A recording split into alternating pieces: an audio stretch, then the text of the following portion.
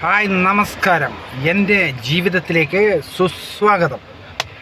ഞാനിപ്പോൾ വന്നത് മാർച്ച് 27-ാം തീയതി ലോകമെമ്പാടും ഞെട്ടുന്നതായിരിക്കും, തിയേറ്റർ കുലുക്കുന്നതായിരിക്കും. എന്താണ് കാരണം ഇപ്പം നിങ്ങൾക്കറിയാലോ. എന്താ ഞാൻ പറയുന്ന ഉദ്ദേശം? മാർച്ച് 27-നാണ് എമ്പുരാൻ റിലീസ്. അപ്പോൾ എല്ലാവർക്കും അറിയാത്തവരാരും ഇല്ല എന്നാണ് തോന്നുന്നത്. ചുരുക്കം പേർ കാണും അറിയാത്തത്. പക്ഷേ ആ 27-ാം തീയതി മുതൽ ദിവസങ്ങളോളം ഒരു കുലുക്കം ഉണ്ടാവും. തിയേറ്ററിനുള്ളിൽ ആർപ്പ് വിളികളുണ്ടാവും. രാവിലെ 6 മണിക്കാണ് തുടങ്ങുക എമ്പുരാൻ, അല്ലേ?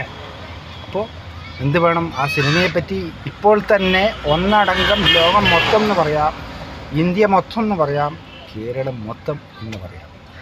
ആരവങ്ങൾ ഉയർന്നിരിക്കുകയാണ് സോഷ്യൽ മീഡിയയിലും മറ്റുള്ള കാര്യങ്ങളിലൊക്കെ ആയിട്ട്.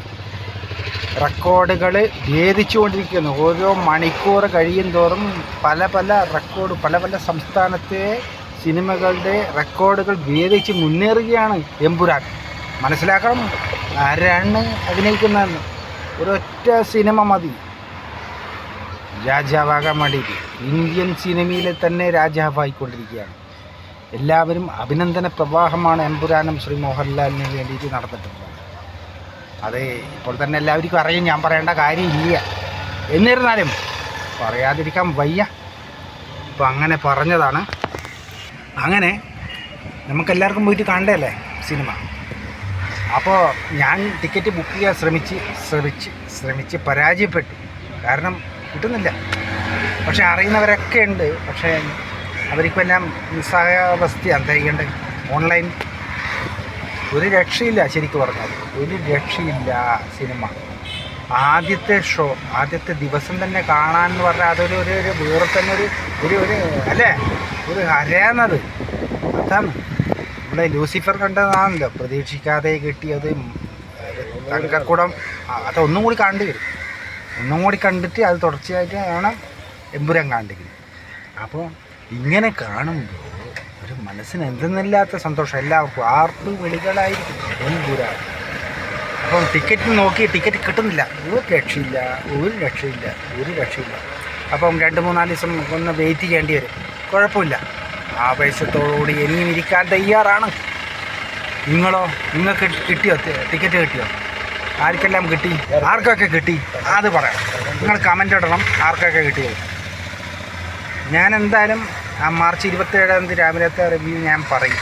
എങ്ങനെയുണ്ടെന്ന് പറയാനൊന്നുമില്ല. സംഭവം സൂപ്പർ മെഗാ ഹിറ്റ് ആയിട്ടുണ്ട്. World release. ഇന്ത്യൻ സിനിമയുടെ നെറുകിലെത്തി എമ്പുരാൻ എന്ന ശ്രീ മോഹൻലാലിൻ്റെ ആശീർവാദ് സിനിമാസ്. അതെ, ലാലേട്ടൻ്റെ തന്നെയാണ്. അപ്പം നമുക്കെല്ലാവർക്കും ഈ സിനിമയെ പ്രോത്സാഹിപ്പിക്കേണ്ട ആവശ്യമൊന്നുമില്ല. ഓൾറെഡി വിജയിച്ചു. അതാണ് അതിൻ്റെ ലക്ഷണങ്ങളതാണ്. അപ്പം നിങ്ങളും ഈ ആവേശത്തിലായിരിക്കും എന്നാണ് എനിക്ക് തോന്നുന്നതല്ല. എന്തായാലും ഒന്ന് കാണണമെന്നില്ലേ? സിനിമ തീരെ ഒട്ടും കാണാത്തവരായാലും ഈ സിനിമയൊന്ന് കാണണമെന്നുണ്ടാവും. പ്രത്യേകിച്ച് മോഹൻലാലിൻ്റെ ആകുമ്പോൾ. അതാണ് മോഹൻലാലിൻ്റെ ഏതെങ്കിലും ഒന്ന് ഓളം വന്നാൽ മതി, കുടുംബ പ്രേക്ഷകർ അടക്കം ഓടിയെത്തുന്നതാണ്. അതാണ് മോഹൻലാലിൻ്റെ കഴിവ്. അപ്പം പ്രത്യേകിച്ച് പറയാനൊന്നുമില്ല. ഇത് നമ്പർ 1 മലയാള വേൾഡ് ഇന്ത്യൻ സിനിമയാണ്.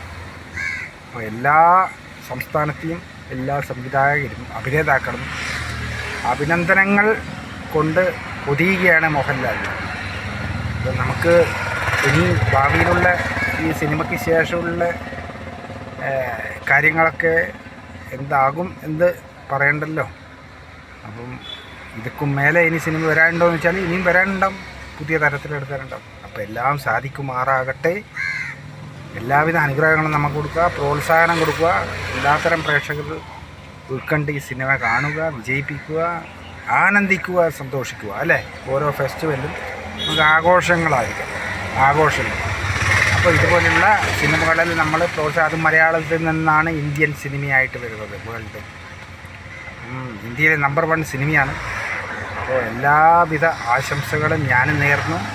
അപ്പം നിങ്ങൾ ഇപ്പോൾ കാണുന്ന ഈ വീഡിയോ ഒന്ന് ഷെയർ ചെയ്യുക, പ്രോത്സാഹിപ്പിക്കുക. അടുത്ത വീഡിയോ ആയിട്ട് വീണ്ടും വരാം. എൻ്റെ ജീവിതമായിട്ട് വരാം. ഓക്കെ.